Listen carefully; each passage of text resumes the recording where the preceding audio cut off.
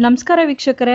ಒಂದು ಮಗುವಿನ ಜನನ ಪ್ರಮಾಣ ಪತ್ರ ಅಂದರೆ ಬರ್ತ್ ಸರ್ಟಿಫಿಕೇಟ್ ಇರುತ್ತೆ. ಅದರಲ್ಲಿ ಅವರ ಸ್ಟೆಪ್ ಫಾದರ್ ಹೆಸರನ್ನ ಅಥವಾ ಸರ್ನೇಮನ್ನು ಅಂದರೆ ಕುಟುಂಬದ ಹೆಸರನ್ನ ಸೇರಿಸೋದು ಕಾನೂನು ಪ್ರಕಾರವಾಗಿ ಸೇರಿಸ್ಬೋದಾ ಅನ್ನೋದು ಕೆಲವರಲ್ಲಿ ಗೊಂದಲ ಇರುತ್ತೆ. ಖಂಡಿತವಾಗಿಯೂ ಅವರು ಅದನ್ನು ಮಾಡ್ಬೋದಾಗಿರುತ್ತೆ. ಆ ಒಂದು ಮಗುವಿನ ಮುಂದಿನ ಭವಿಷ್ಯಕ್ಕಾಗಿರ್ಬೋದು ಅಥವಾ ಅದರ ಒಂದು ಸಾಮಾಜಿಕ ಭದ್ರತೆಗಾಗಿರ್ಬೋದು ತನ್ನ ಸ್ಟೆಪ್ ಫಾದರ್ ಹೆಸರನ್ನ ಅಥವಾ ಅದರ ಕುಟುಂಬದ ಸರ್ನೇಮನ್ನು ಅವರು ತಮ್ಮ ಬರ್ತ್ ಸರ್ಟಿಫಿಕೇಟಲ್ಲಿ ಸೇರಿಸ್ಕೋಬೋದು. ಅದಕ್ಕೆ ಇತ್ತೀಚೆಗೆ ಬಂದಂತ ಅಂದರೆ 2005ರಲ್ಲಿ ಒಂದು ಜಡ್ಜ್ಮೆಂಟ್ ಬಂದಿರುತ್ತೆ. Atreya Bhattacharya versus registrar of the birth. ಈ ಒಂದು ಕೇಸಲ್ಲೂ ಕೂಡ ಅವರು ಸ್ಪಷ್ಟವಾಗಿ ತಿಳಿಸಿದ್ದಾರೆ.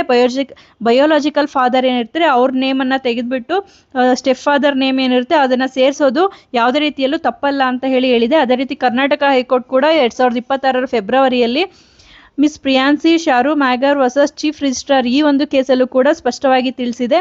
ಬಯೋಲಾಜಿಕಲ್ ಫಾದರ್ ನೇಮ್ನ ತೆಗೆಯೋದ್ರಲ್ಲಿ ಅಂದರೆ ಆ ತಂದೆ ಬಿಟ್ಟೋದಂಥ ಸಂದರ್ಭದಲ್ಲಿ ಆ ತಂದೆ ಇಲ್ಲದೆ ಇದ್ದಾಗ ಸ್ಟೆಪ್ ಫಾದರ್ನ ಏನು ಆ ಮಗುವಿನ ತಾಯಿ ಇನ್ನೊಂದು ಮದುವೆ ಆಗಿರ್ತಾರೆ ಆ ತಂದೆಯ ಹೆಸರನ್ನ ಅಥವಾ ಸರ್ನೇಮನ್ನು ಸೇರಿಸೋದು ತಪ್ಪಲ್ಲ, ಅದನ್ನು ಸೇರಿಸ್ಬೋದು, ಅದನ್ನು ರೆಫ್ಯೂಸ್ ಮಾಡಬಾರ್ದು ಅಂತೇಳಿ ಸ್ಪಷ್ಟಪಡಿಸಿದೆ. ಆದರೆ ಇದರಿಂದ ಆ ಮಗುವಿನ ಬಯೋಲಾಜಿಕಲ್ ತಂದೆ ಏನಿರ್ತಾರೆ ಅವ್ರಿಗಿರುವಂಥ ಆಸ್ತಿಯ ಹಕ್ಕು ಯಾವುದೇ ಕಾರಣಕ್ಕೂ ಮಗುವಿನಿಂದ ಕಸ್ಕೊಳ್ಳೋದಕ್ಕಾಗೋದಿಲ್ಲ. ಬಯೋಲಾಜಿಕಲ್ ಫಾದರ್ಗಿಂದ ಬರಬೇಕಂತ ಆಸ್ತಿ ಹಕ್ಕುಗಳ ಮೇಲೆ ಇದು ಯಾವುದೇ ರೀತಿಯಲ್ಲಿ ಪರಿಣಾಮ ಬೀರೋದಿಲ್ಲ ಅನ್ನೋದನ್ನ ಸ್ಪಷ್ಟವಾಗಿ ತಿಳಿಸಿದೆ.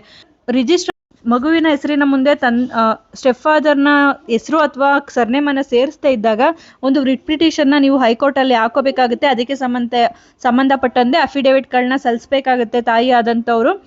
ನಂತರ ಒಂದು ಬರ್ತ್ ಸರ್ಟಿಫಿಕೇಟಲ್ಲಿ ಸ್ಟೆಪ್ ಫಾದರ್ ನೇಮ್ ಅಥವಾ ಸರ್ನೇಮನ್ನು ಸೇರಿಸ್ಕೋಬೇಕಾಗಿರುತ್ತೆ.